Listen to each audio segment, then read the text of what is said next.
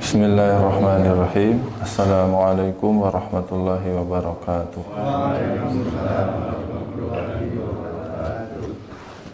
Alhamdulillahirabbil alamin wa bihi nasta'in ala umuri dunya waddin. Asyhadu an la ilaha illallah wahdahu la syarikalah wa asyhadu anna Muhammadan abduhu wa rasuluhu alladzi la nabiyya wa la rasula ba'dah. Qala Allah Ta'ala fil Qur'anil Azim, a'udzu billahi minasy syaithanir rajim. Ya ayyuhalladzina amanu taqullaha haqqa tuqatih wa la tamutunna illa wa antum muslimun. Qala Ta'ala fi ayatin ukhra, wa'budullaha wa la tusyriku bihi syai'an wa bil walidaini ihsana wa bidzil qurba wal yatama wal masakin wal jari dzil qurba wal jaril junub. Al-ayah. Para hadirin jamaah Masjid Mutiara yang dimuliakan oleh Allah Subhanahu wa taala, puji dan syukur kita panjatkan hanya untuk Allah Subhanahu wa taala. Alhamdulillah kita masih diberikan kepercayaan oleh Allah Subhanahu wa taala di pagi hari ini berupa usia yang panjang, berupa nikmat aman, berupa nikmat sehat, yang mana sebagian saudara kita saat ini diuji oleh Allah Subhanahu wa taala, daripada mereka rasa aman, nikmat sehat, dan juga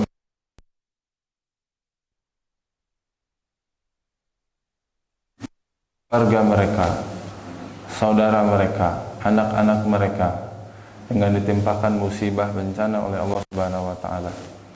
Adapun kita di tempat yang mulia ini masih bisa senantiasa hidup dengan tenang, masih bisa senantiasa menghirup udara dengan segar, dan tiada lain tugas kita dari setiap nikmat yang Allah berikan itu adalah mensyukurinya serta mempergunakan semaksimal mungkin di jalan yang Allah ridhoi, mempergunakan semaksimal mungkin nikmat-nikmat tersebut dengan berupaya bertaqarrub kepada Allah, dengan berupaya menjalankan setiap hal-hal yang Allah ridhoi berupa ibadah-ibadah kepada Allah Subhanahu wa taala. Dan mudah-mudahan duduknya kita di tempat ini sebagaimana yang disabdakan oleh sabda Nabi alaihi salatu wasallam, "Idza marartum bi riyadil jannah farta'u." Kalau kalian menemui taman di antara taman-taman surga, maka singgahlah sebentar. Maka para sahabat pun bingung, kenapa taman surga? Kan surganya belum kita masuki, kata para sahabat. Nabi SAW, taman surga yang harus kalian singgahi adalah hilaquz zikr, adalah majelis ilmu. Ini duduknya hamba-hamba Allah Subhanahu wa taala untuk mempelajari Quran, hadis, mempelajari ilmu-ilmu yang menyangkut keagamaan mereka. Itulah yang dinamakan dengan taman di antara taman-taman surga. Dan dalam sebuah hadis, malaikat pun senantiasa mendoakan orang-orang yang duduk di majelis ilmu dengan dua hal. Allahumma ighfir lahu, Allahumma arhamhu. Ya Allah, ampunilah dosa-dosa orang-orang yang duduk di majelis ilmu. Mudah-mudahan kita termasuk di dalamnya. Allahumma arhamhu, ya Allah rahmatilah orang-orang yang duduk di majelis ilmu itu. Dan dua hal itulah yang hakikatnya kita butuhkan dari Allah. Kita butuh rahmat Allah, karena kalau Allah enggak merahmati kita, maka siapapun yang bisa merahmati kita tidak akan sampai rahmatnya. Kalau Allah sudah membenci seorang hamba, maka tiada satu hamba pun, sekuat apapun, sehebat apapun yang dapat mengasihi hamba ini. Dan kita butuh ampunan Allah Subhanahu wa taala. Karena hakikatnya setiap kita banyak dosa, karena hakikatnya setiap kita ingin selamat ketika di yaumil akhir nanti, dan itu kita dapatkan dengan mendapatkan maghfirah dari Allah Subhanahu wa taala. Dan dalam sebuah hadis, malaikat ketika orang-orang duduk di majelis ilmu, ketika sudah selesai, maka malaikat mendoakan, "Qumu maghfuran lakum." Berdirilah, sungguhnya dosa-dosa kalian sudah diampuni. Masya Allah. Tinggal duduk, dengarkan. Ya, kadang nudutan sakedik ge teu wes hawios. Seolah teras-terasan ya nudutan. Duduk mendengarkan, bonusnya qumu maghfuran lakum. Mangga sudah selesai berdiri kajiannya, sungguhnya dosa-dosa kalian sudah diampuni. Ya, subhanallah. Kayak tidak heran Nabi SAW menyebutkan bahwasanya man salaka tariqan yaltamisu fihi ilman sahalallahu lahu bihi tariqan ilal jannah. Jalan menuju surga yang paling mudah tiada lain adalah menuntut ilmu. Duduk di dalam majelis ilmu.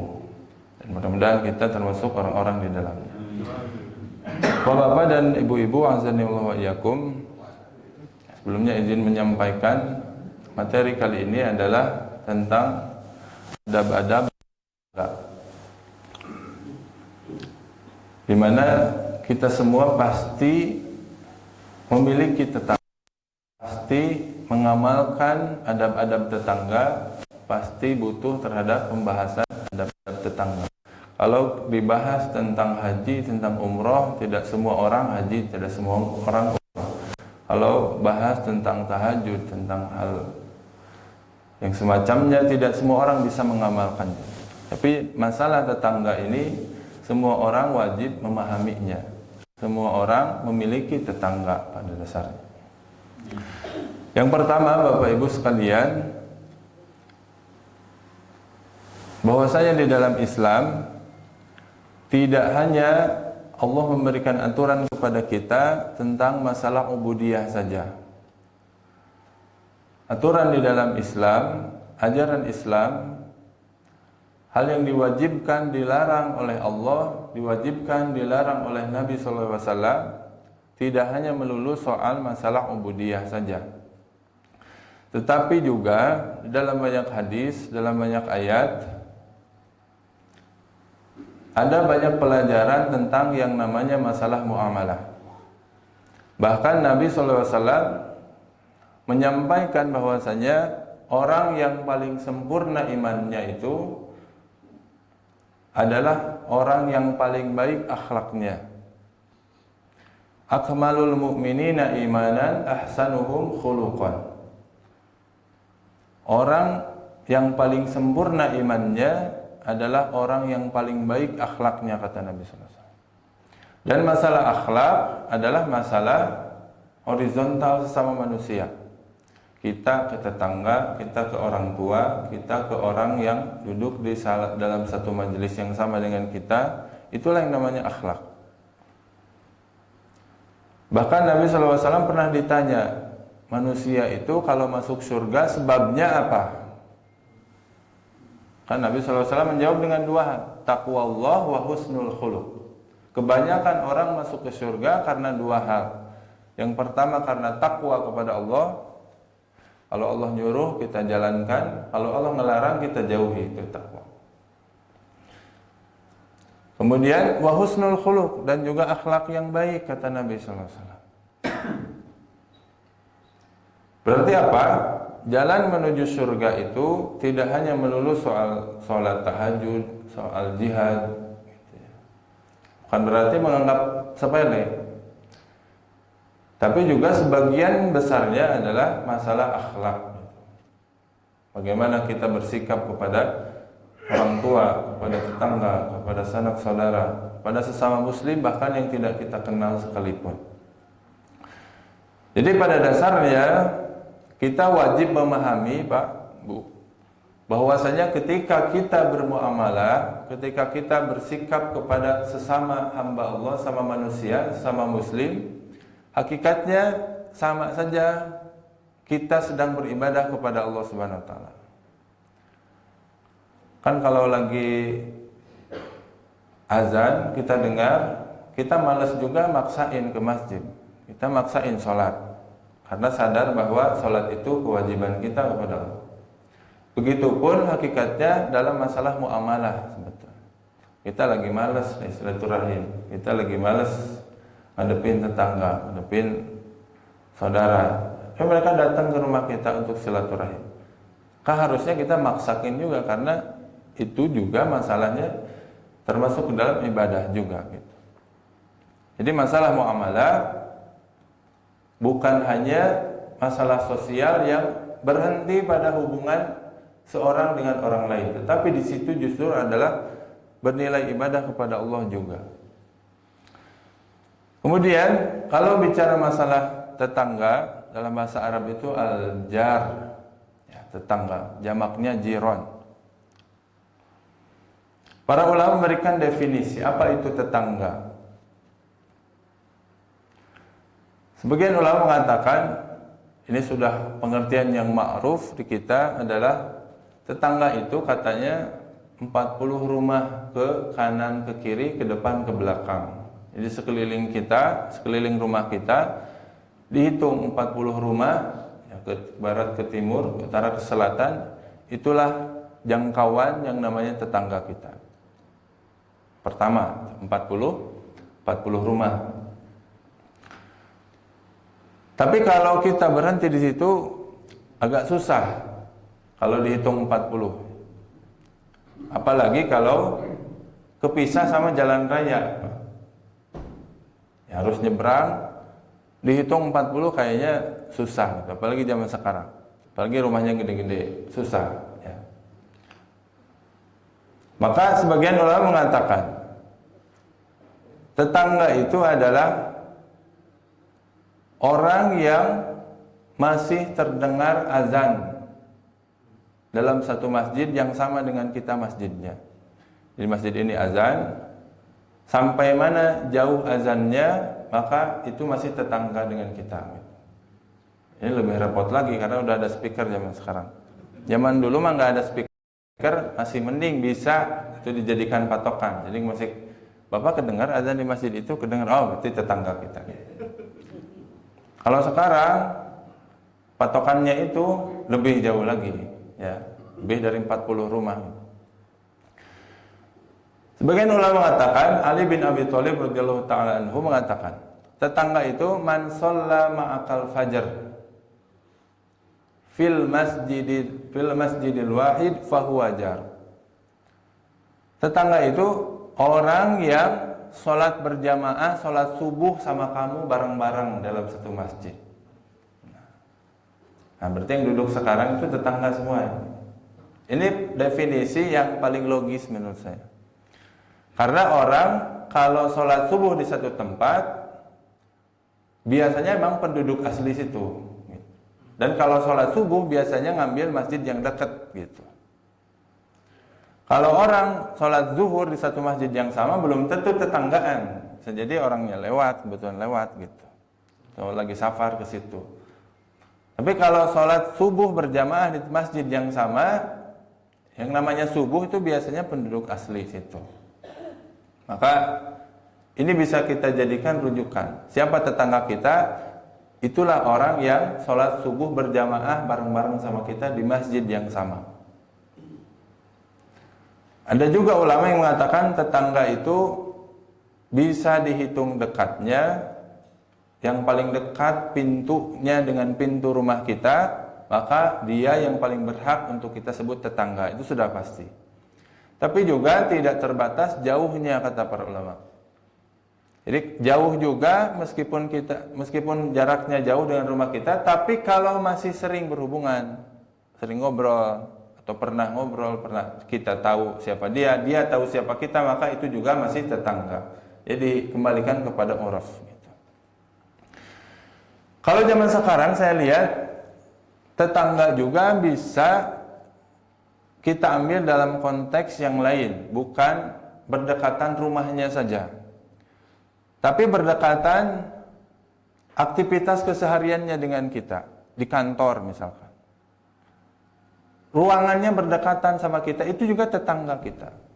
Memiliki hak-hak tetangga, memiliki kewajiban kita kepadanya. Atau orang yang safar bareng sama kita. Kadang kita safar naik kendaraan umum. Nah, orang di sebelah kita itulah tetangga kita, tetangga sementara kita.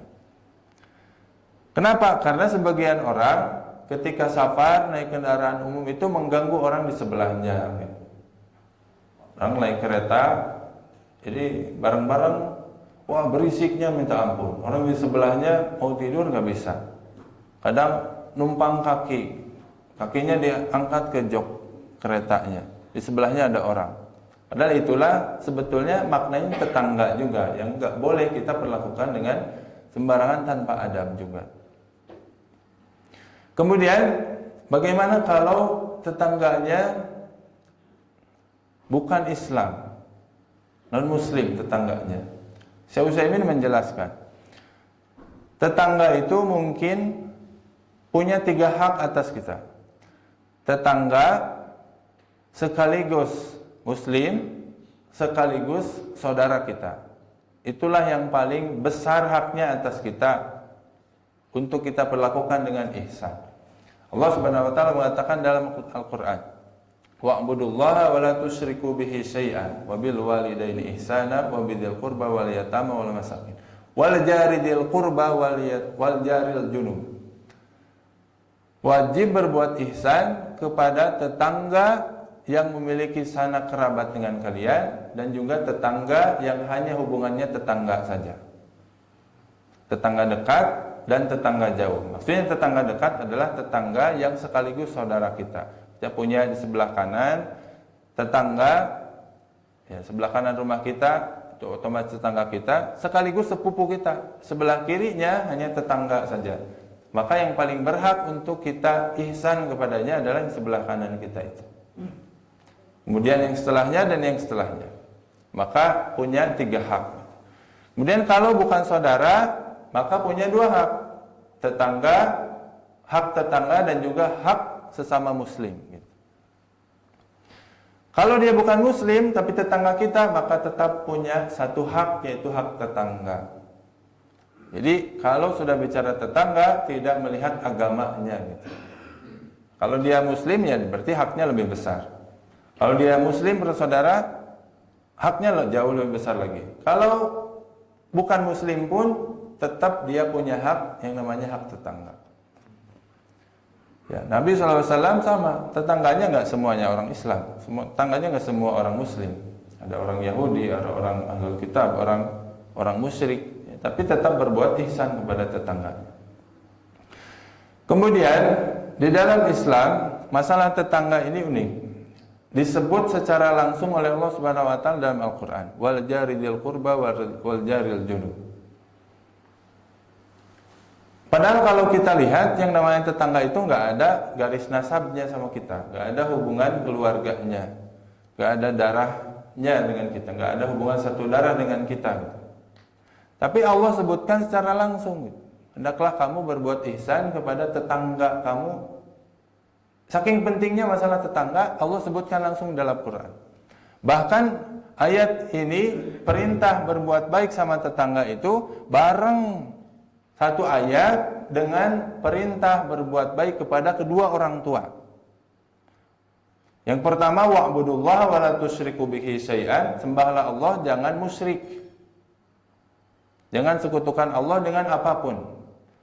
Kemudian berbuat baiklah kepada kedua orang tua, kepada sanak saudara, kepada orang fakir, orang miskin. Setelahnya kepada tetangga. Saking pentingnya masalah tetangga, Allah sebut kalimat tetangga itu. Bahkan dalam hadis Nabi SAW mengatakan, wala yazalu Jibril yusini bil jar hatta zonantu annahu sayuwarrisuh. Jibril itu seringkali datang kepadaku mengingatkan aku untuk berbuat ihsan kepada tetangga. Sampai-sampai aku kira tetangga itu adalah ahli warisku. Jadi Jibril nyuruh Nabi untuk memperhatikan tetangga itu sangat sering. seolah-olah tetangga itu adalah saudara Nabi SAW, adalah sedarah dengan beliau. Kan kalau kita meninggal, tetangga nggak dapat waris, tetangga nggak akan dapat warisan kita karena bukan hubungan nasab, bukan anak kita, bukan istri, bukan saudara, nggak berhak atas waris. Tapi dalam masalah ihsan, justru yang sering diwasiatkan oleh Jibril kepada Nabi adalah berbuat ihsan kepada tetangga.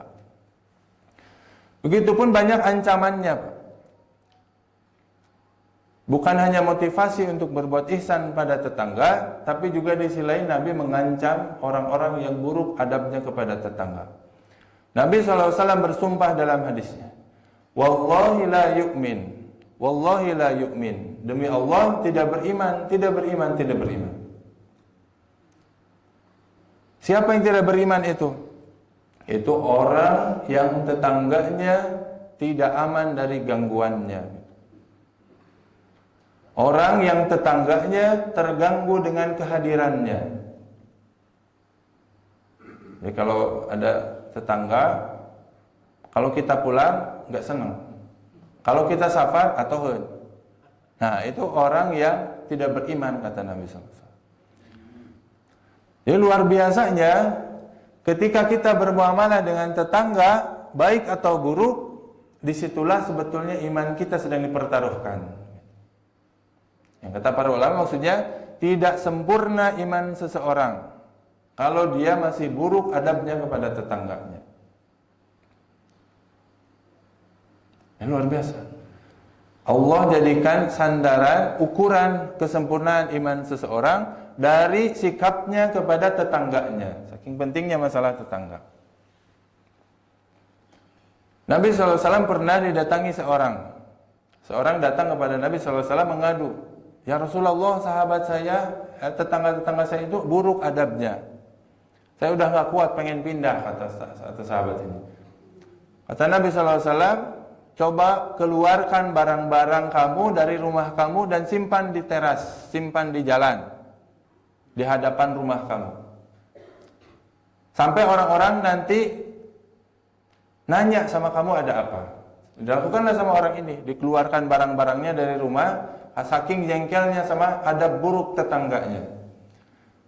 Kalau orang ini keluarkan barang dari rumah-rumahnya, simpan di jalan, pasti orang-orang pada nanya, ini ada apa, ini ada apa. Dan orang ini menjawab, saya nggak kuat sama adab buruk tetangga saya ini. Mungkin berisik, atau mungkin suka ngegibah, atau suka hasad gitu. Nggak kuat. Sampai orang-orang yang mendengar itu melaknat si tetangganya. Jadi Nabi biarkan orang-orang melaknat tetangga yang buruk. Sampai berita itu datang kepada Nabi SAW, kenapa kamu membiarkan orang ini mengeluarkan barang-barangnya sehingga orang-orang itu pada heboh, tetangga-tetangga itu pada heboh, ada apa, ada apa. Sampai melaknat si tetangga yang buruk ini. Kata Nabi SAW, in kana la'anuhum faqad la'anahullah. Au kama qala. Sebelum tetangga-tetangga mereka melaknat orang itu, Allah sudah melaknat orang itu duluan.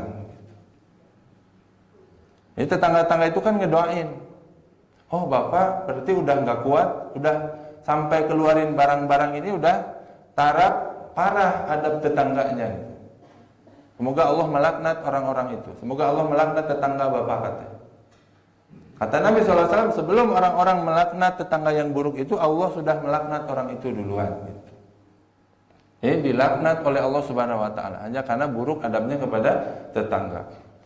Dalam sebuah hadis Nabi SAW menyampaikan, ditanya oleh para sahabat tentang dua orang perempuan.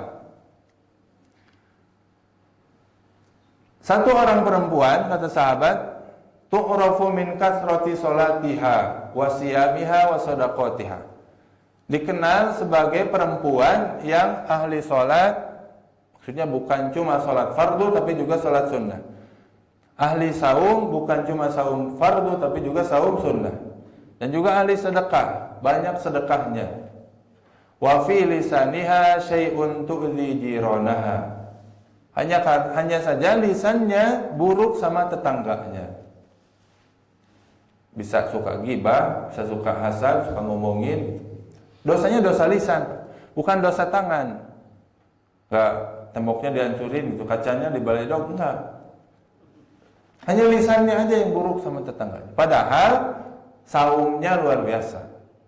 Ibarat kita sekarang bukan cuma saum Ramadan, saum Daud, saum Senin Kamis, Ayyamul Bid, semua dilakukan. Salatnya luar biasa, bukan cuma salat fardu, tahajud, salat duha. Begitupun sedekah, bukan cuma zakat, sedekahnya dikenal. Kan disebutnya oleh para sahabat tu'rafu, dikenal sebagai orang yang banyak sedekah. Tapi ketika disampaikan lisannya buruk pada tetangganya, kata Nabi SAW, hiya finnar. Perempuan itu lebih berhak masuk api neraka Allah Subhanahu wa taala. Jadi ternyata apa? Amalan sunnah tidak bisa menyelamatkan seseorang dari dosa pada tetangganya. Dosa sosial. Kayak apa sebetulnya konsep dalam Islam itu amalan sunnah itu lebih atau ibadah sosial itu lebih dahulukan daripada amalan yang sunnah. Bapak kalau saum sunnah datang ke rumah tetangga, tetangga udah masak, berharap kita makan. Kita lagi saum sunnah, kita kan bingung ini batalkan ulang. Gitu. Dalam Islam batalin. Pahala sunnah, saum sunnahnya kita dapat, makanannya juga kita dapat. Gitu. Kenapa? Karena kalau kita nggak batalin saum kita, orang yang ngasih makan kita kesinggung, itu dosa di hadapan Allah. Tapi kalau kita terusin saum kita, itu hanya pahalanya pahala sunnah saja. Dan sementara kita meninggalkan amalan yang wajib. Jadi ibadah sosial itu lebih dahulukan daripada amalan yang sunnah. Bapak lagi ngaji di halaman, di teras, tiba-tiba tetangga di hadapan kita jatuh dari motor. Jangan bilang, duh bentar Pak, ini lagi tilawah dulu, lagi enak. Itu kesempatan gitu. Buah dari kita tilawah itu kan bagus sosialnya gitu. Ya bahkan sampai dilaknat. Bahkan sampai tidak diselamatkan oleh Allah dari api neraka meskipun mengerjakan amalan-amalan yang sunnah. Imam Ahmad rahimahullah ta'ala pernah punya tetangga seorang pemuda. Namanya ulama Imam Ahmad, malam-malam gak kayak kita. Kalau kita ya suka sih begadang, tapi nonton bola ya. Biasanya kalau nggak nonton bola tidur gitu. Begadang-begadang itu kalau ada acara gitu. Imam Ahmad begadang sepanjang malam, tahajud, belajar, thalabul ilmi, menulis kitab gitu. Tetangganya seorang pemabuk, seorang pemuda. Muda ini mabuk-mabukan, bahasa kita mah galau gitu ya. Sering bersyair ya di rumahnya. Kalau kita menyanyi zaman sekarang itu ya. Ya, ad'uni ya, wa kullun nasi ad'uni. Setiap orang katanya menelantarkanku, gak ada yang peduli padaku gitu. Ya, bari dinyanyikan gitu ya. Suatu hari karena itu kebiasaan yang terus-menerus berlangsung, suatu hari Imam Ahmad bingung, kok nggak ada suaranya ini malam ini kok nggak kedengeran lagi nyanyi, nggak kedengeran si pemabuk ini. Tanyakanlah pada orang-orang sekitar, ternyata diberitahu Imam Ahmad bahwa si pemuda ini ditangkap polisi, tangkap syurta, qabadahu syurta, tangkap polisi karena mabok-mabokan, mabok tempat umum. Apa yang dilakukan Imam Ahmad? Imam Ahmad beda dengan kita. Kalau kita lagi tahajud tengah malam, tetangga kita nyetel musik. Sebulan penuh kita tahajud, sebulan penuh itu pula tetangga kita nyetel musik. Firman sholat hese husu gitu ya. Musiknya kedengeran, kenceng-kenceng sampai ke rumah kita, kita lagi tahajud. Satu hari tetangga kita itu ditangkap polisi. Kira-kira kita mau apa? Alhamdulillah. Ya. Mudah-mudahan 10 tahun, kalau bisa masa umur hidup, cina gitu ya. Tapi Imam Ahmad ternyata datang ke kantor polisinya. Yang dilakukan Imam Ahmad adalah menebus orang ini, diberikan jaminan. Karena Imam Ahmad seorang ulama dikenal, diberikan jaminan, dikeluarkan uang. Imam Ahmad itu ulama yang kaya, ya. Ditebus oleh uang pribadinya. Kemudian Imam Ahmad mengatakan, wahal nadauka ya fata, apakah masih kamu mau mengatakan bahwa orang-orang menelantarkanmu? Gitu. Berarti apa? Imam Ahmad sampai hafal lagunya orang ini. Tadi kan lagi mabok, malam-malam nyanyinya gitu. Ya, semua orang menelantarkanku, adonguni, gitu. Gak ada yang peduli padaku. Setelah dibebasin sama Imam Ahmad bilang, masihkah kamu mau bilang bahwa tidak ada yang peduli padamu? Justru yang peduli adalah orang yang paling sering diganggu oleh pemuda ini. Itu ulama yang paham ayat Quran, paham hadis, sehingga paham kedudukan tetangga. Itu pun banyak kisah. Nabi SAW, para ulama, Hasan al-Basri berbuat ihsan pada tetangga-tetangga mereka. Artinya apa? Kesolehan seseorang, keilmuan seseorang harusnya berbanding lurus dengan adabnya kepada sesama manusia, kepada tetangga dalam hal ini. Itulah yang dicontohkan Nabi SAW, contohkan para sahabat, contohkan para ulama, para orang-orang soleh. Nah, kebalikannya zaman sekarang kan, ada orang yang gak kenal sama tetangganya. Sampai pernah kejadian kan di Bandung kemarin, tetangganya meninggal, baru ketahuan seminggu, 2 minggu, sebulan gitu. Karena gak ada muamalah yang baik sama tetangga gitu, gak kenal sama tetangga. Kan kalau kenal mah kayak kita yang istiqomah ke masjid, biasanya sehari nggak lihat langsung ditanyain kemana orang ini. 2 hari makin dicari, 3 hari mungkin disusulin ke rumahnya, siapa tahu sakit, siapa tahu kenapa. Tapi kalau muamalahnya buruk sama tetangga, nggak kenal sama tetangga, bahkan sampai meninggal dunia pun tetangga nggak akan sadar. Ya begitupun dalam hal kebaikan kepada tetangga. Kadang kita dengar ada orang yang rebutan tanah gang sama tetangganya, ribut sama tetangga karena masalah parkiran gitu. Kan sering kejadian, Pak. Ya, di tempat saya pun sama.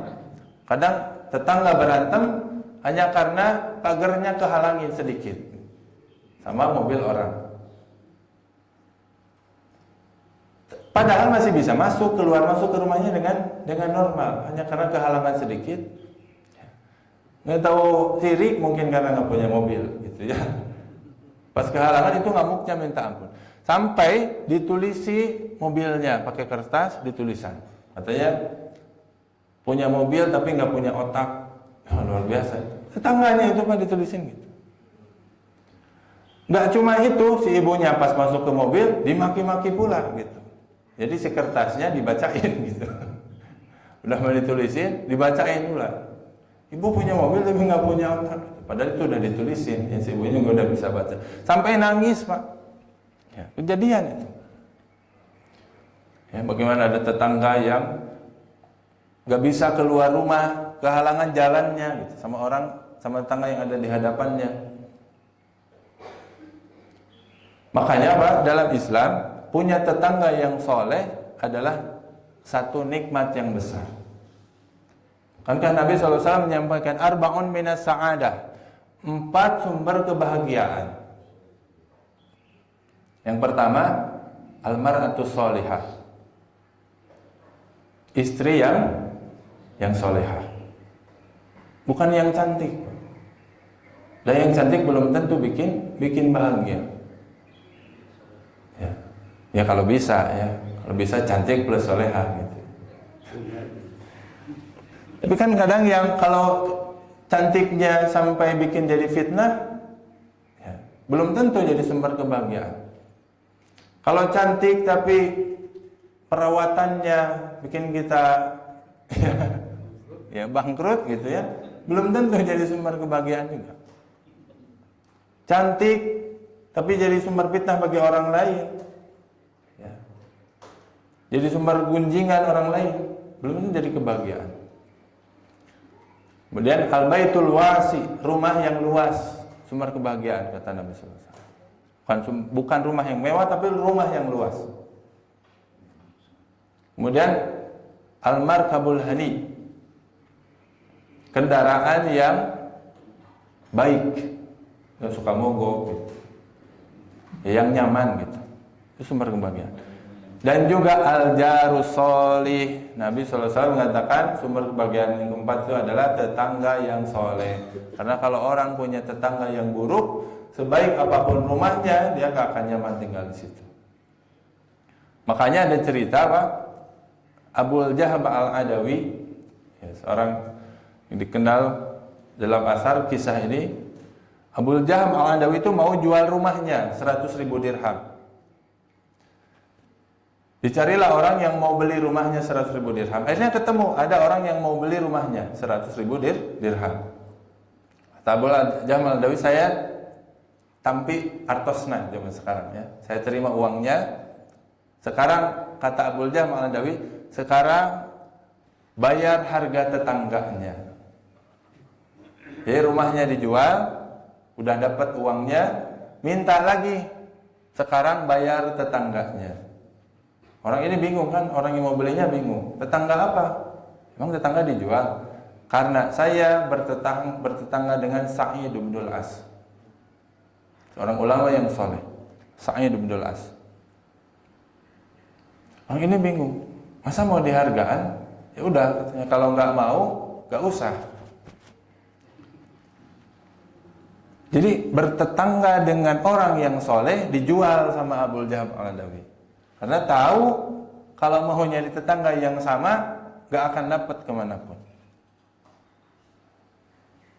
Kemudian Abul Jaham al-Adawi mengatakan, kenapa saya jual tetangga saya ini? Harga bertetangga dengan Sa'id bin As. Bagaimana mungkin aku rela melepaskan tetangga ini tanpa harga, kata Abul Jaham al-Adawi. Padahal dia itu in qa'adatu sa'ala anni. Kalau aku lagi diam, dia yang nyapa aku duluan. Adabnya Sa'id bin As. Kemudian wa in ro'ani rohabani. Kalau kita berpapasan, dia selalu menyambutku dengan baik. Wa in ghibtu anhu hafizoni. Kalau aku pergi dari rumah, gak ada di dekat dia, dia menjaga hartaku, menjaga keluargaku. Kita kan suka gitu Pak. Kalau safar keluar kota jauh sebulan, kalau tetangga kita perhatian, kita aman rasanya. Tapi kalau tetangga kita nggak peduli, nggak kenal, kita was-was di perjalanan itu. Ya, rumah buat beting, kenapa? Harta kita di rumah kenapa? Jadi ada yang bobol atau apa? Tetangga kita nggak ada yang tahu gitu. Ini enggak. Sa'id bin As itu menjaga hartaku, menjaga keluargaku, kata Abul Jaham al-Adawi. Wa in syahidtu indahu aqarrani. Kalau aku bilang, kalau aku bersaksi di hadapannya, dia orang yang paling percaya kepadaku. Enak kan kalau kita bersaksi, orang itu percaya dengan persaksian kita. Wa in sa'altuhu qada hajati. Kalau aku minta bantuan pasti ditolongin. Bahkan kata beliau, wa illam as'alhu, kalaupun aku belum minta bantuan kepadanya, dia yang pertama datang bertanya kepadaku butuh bantuan apa. Jadi sebelum saya minta tolong sama dia, dia udah nanya duluan saya butuh apa. Sa'id bin As. Dan kejadian ini didengar oleh Sa'id bin As, bahwasanya Abul Jaham al-Adawi gak jadi jual rumahnya. Karena orang yang mau belinya nggak mau bayar harga tetangganya. Didengar sama Sa'id bin As, orang soleh ini. Didatangilah Abul Jaham al-Adawi. Kata Sa'id bin As, sekarang saya yang beli rumah kamu 100.000 dirham dan rumahnya buat kamu. Ya luar biasa. Kami ayah di dia begitu. Hal yang maksakan yang ngalika dia. Itu orang soleh. Dan Sa'id bin As adabnya luar biasa kepada Abu Jaham al-Adawi, kepada para tetangganya. Sampai Abu Jaham al-Adawi paham tentang berharganya, mahalnya harga sebuah tetangga yang. Makanya kita kalau cari rumah itu kan pertimbangannya bukan cuma rumahnya harusnya, tapi juga siapa tetangganya. Kan Pak, kalau tetangga soleh, dan anak kita main biasanya sama rumah-rumah yang dekat. Kita pun muamalah sama orang-orang yang dekat rumah sama kita. Ya. Kebawahlah soleh anak kita itu sama tetangga. Kan sering kejadian, kita nggak pernah ngajarin satu hal sama anak kita main sama tetangga.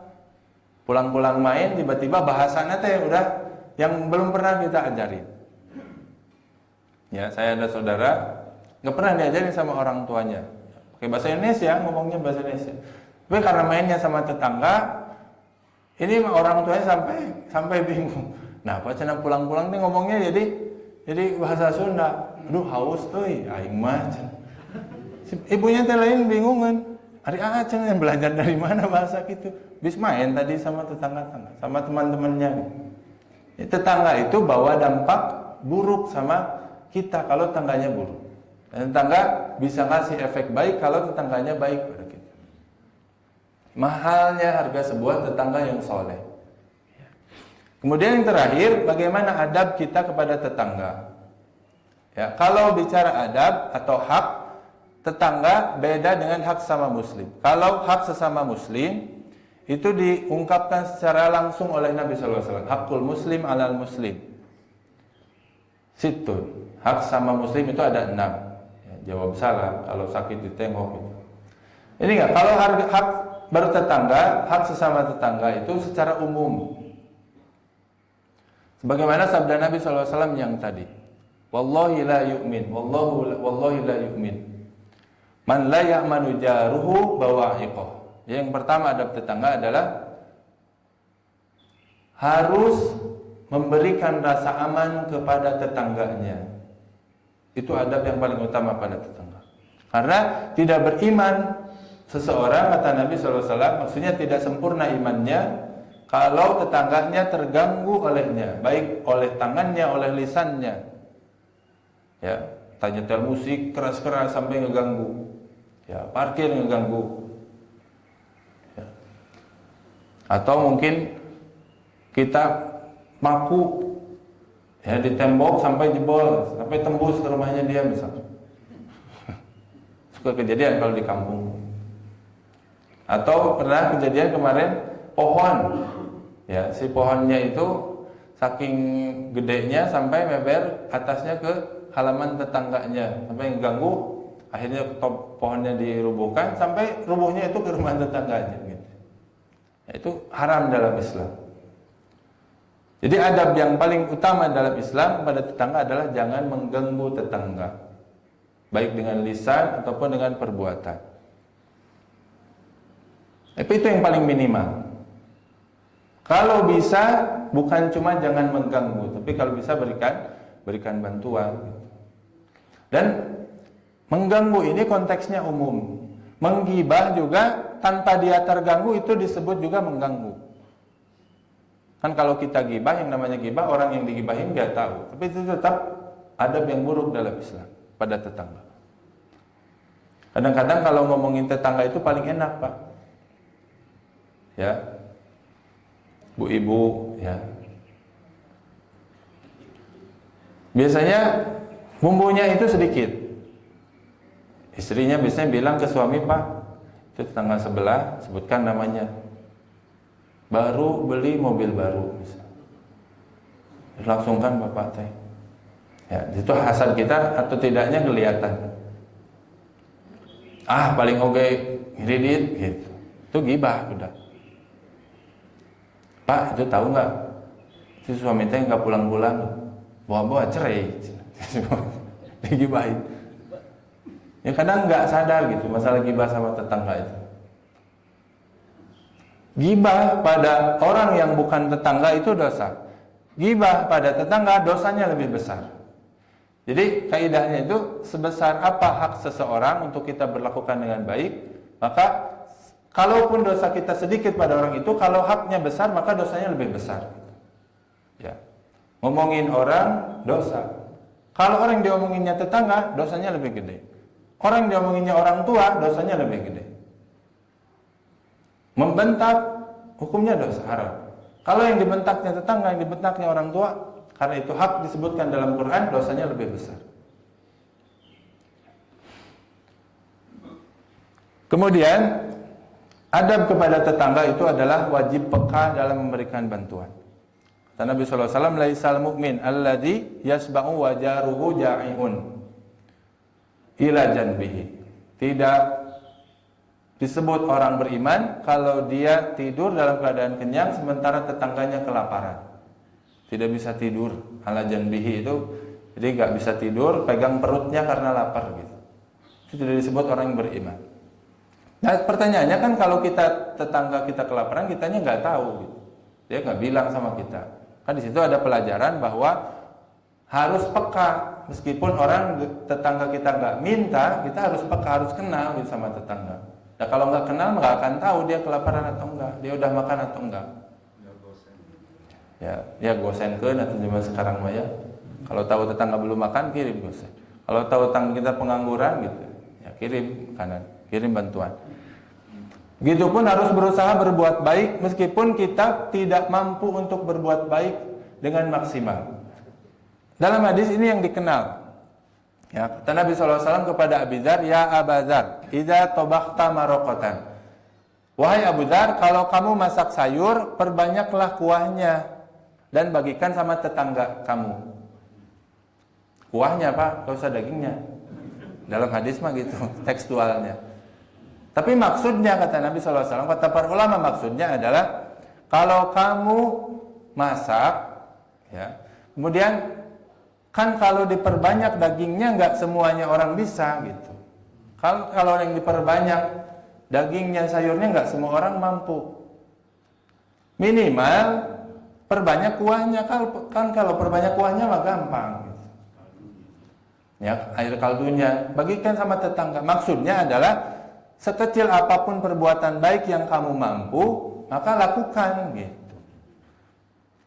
Ya, jangan ditelan mentah-mentah di sini. Kita ujug-ujug ibu-ibu nggak bagikan kuah nah hungkul gitu. Punten Bu, ini ada sedikit kuah gulai.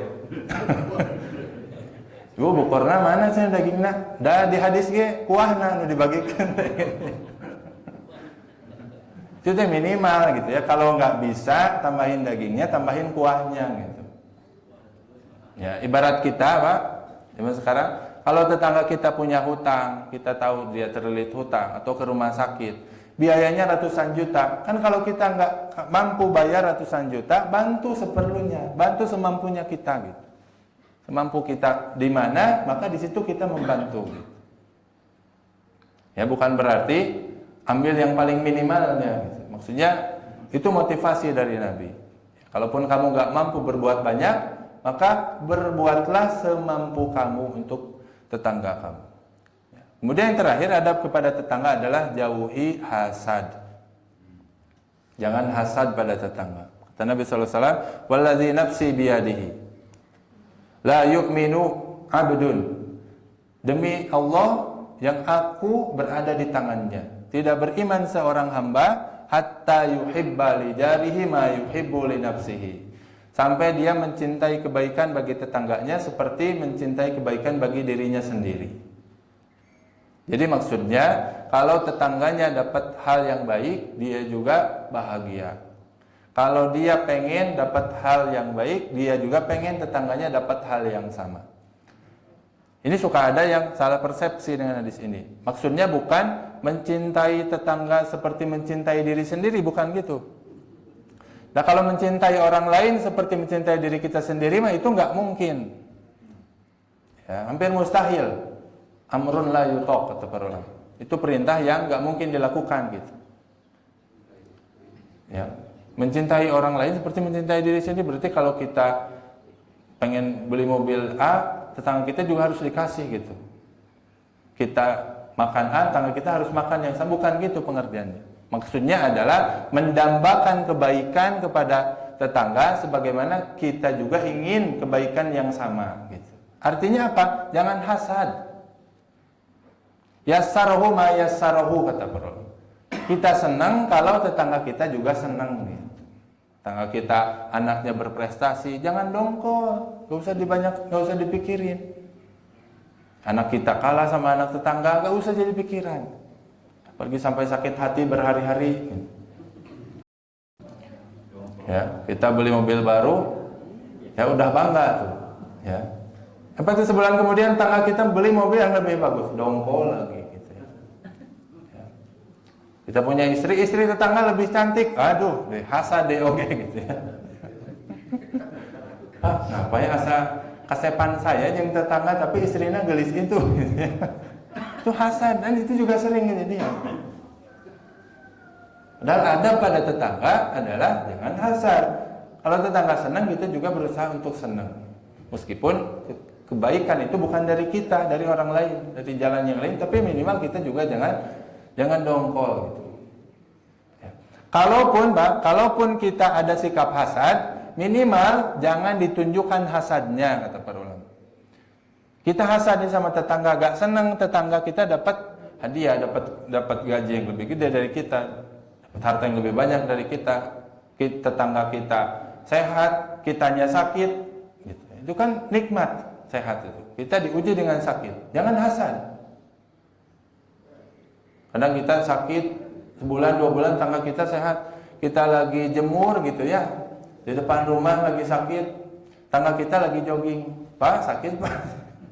Kadang kita dongkol gitu ya, pengen tetangga kita juga ngerasain sakit kita, jangan. Yassarahu ma yassar. Justru kita harus senang lihat orang lain senang. Kemudian yahzunuhu ma yuhzinuhu. Kita juga sedih kalau tetangga kita sedih. Jangan sebaliknya. Ya, jangan senang kalau orang lain susah. Tetangga kita terlilit hutang, wah senangnya minta ampun. Dia omong-omongin sama orang lain. Tahu nggak itu mau dijual rumahnya? Kenapa? Biasa banyak hutangnya, senang gitu. Jadi kita ngerasa lebih baik daripada orang itu. Itu sering kejadian tanpa disadari. Kemudian yang terakhir, maksudnya adalah mencintai tetangga sebagaimana yang mendambakan kebaikan untuk diri sendiri adalah yu'amiluhu bima yuhibbu an yu'amala bihi.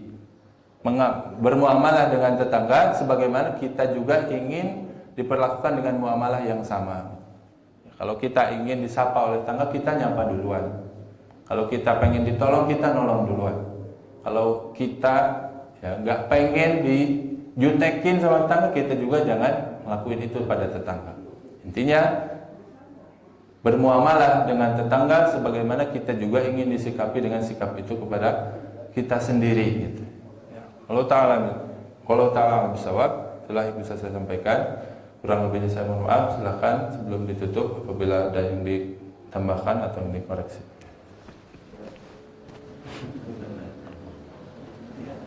Kalau ada yang nanya, saya nanya Pak. Kalau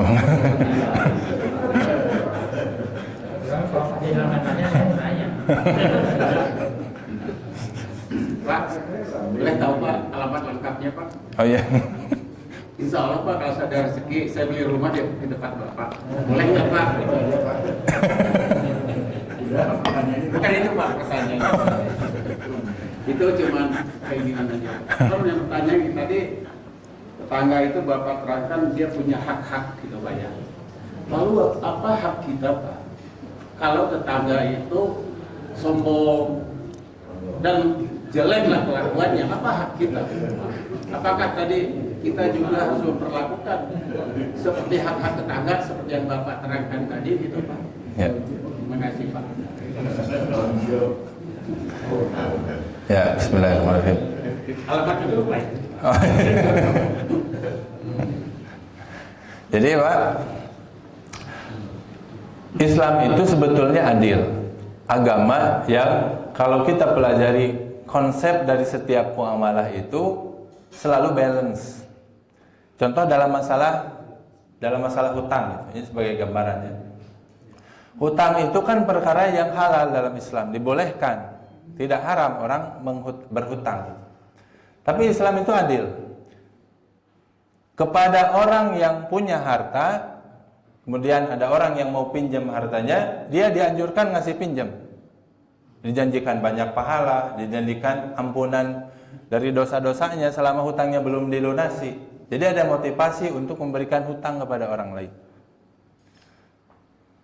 Di sisi lain, kalau orang lainnya belum mampu bayar, dia wajib memberikan keringanan. Wajib memberikan tempo. Ya. Wa in kana dzu usratin fanaziratun ila maisarah. Kalau orang yang berhutang padamu dalam kesulitan, berikan tempo sampai dia dalam kemudahan. Motivasinya luar biasa gitu untuk ngasih bantuan hutang kepada orang lain. Tapi bukan berarti orang juga jadi mudah berhutang. Karena bagi orang yang berhutang, justru dia dianjurkan untuk tidak mudah berhutang. Dengan dijanjikan banyak ancamannya misalkan. Kalau hutang itu belum dilunasi, hisabnya akan bermasalah, tidak akan dihisab amal-amalnya gitu. Dan dia dianjurkan, dimotivasi untuk segera mungkin membayar hutangnya. Ini kan balance ya, muamalahnya ya. Ya begitupun dalam masalah tetangga. Gitu. Ya. Kita sebagai tetangga wajib berbuat baik pada tetangga kita. Itu motivasinya. Tapi kalau tetangga kita berbuat buruk pada kita, ya kita juga dianjurkan, dimotivasi juga untuk bersabar gitu. Ya, dalam sebuah hadis Nabi bersabda, ya, saya lupa teksnya, tapi ada hadisnya. Bahwasanya Allah menjanjikan surga bagi orang yang sabar dengan gangguan tetangganya. Ya, sabar. Sabar itu kan bukan berarti diam, Pak ya. Sabar itu tidak membalas keburukan dengan keburukan yang sama gitu. Tetangga kita gangguin kita, bukan berarti kita harus gangguin juga. Tapi kan bukan berarti harus diam juga, betul. Minimal kita ambil langkah yang tidak diharamkan oleh Allah. Kan kalau tetangga kita ganggu, kita gangguin lagi, itu nggak boleh. Tetangga ganggu, kita kasih gangguan yang lebih gede lagi, itu nggak boleh. Terus kita apa yang kita lakukan? Ya yang real aja, dilaporkan kayak atau diapain kayak. Itu kan masih dalam ranah koridor hukum yang dibolehkan. Ya, dalam syariat dibolehkan. Tapi kalau kita bersabar memaafkan itu lebih baik. Gitu. Ya, motivasinya itu. Terus sekali lagi bukan berarti harus diam. Kita juga sebetulnya bisa mengkira-kira ya dengan perspektif uruf yang ada pada masyarakat kita. Kalau gangguannya masih wajar, gitu, wajar untuk dimaafkan, kita sabar itu dapat pahala yang gede di sisi Allah. Tapi kalau udah mengganggu, benar-benar nyata gangguannya, ya kita bisa bicarakan baik-baik. Kita dengan ketua RW, dengan pihak yang berwenang untuk menangani masalah tersebut. Ya, intinya kita tidak boleh mengambil langkah yang sama-sama durhaka.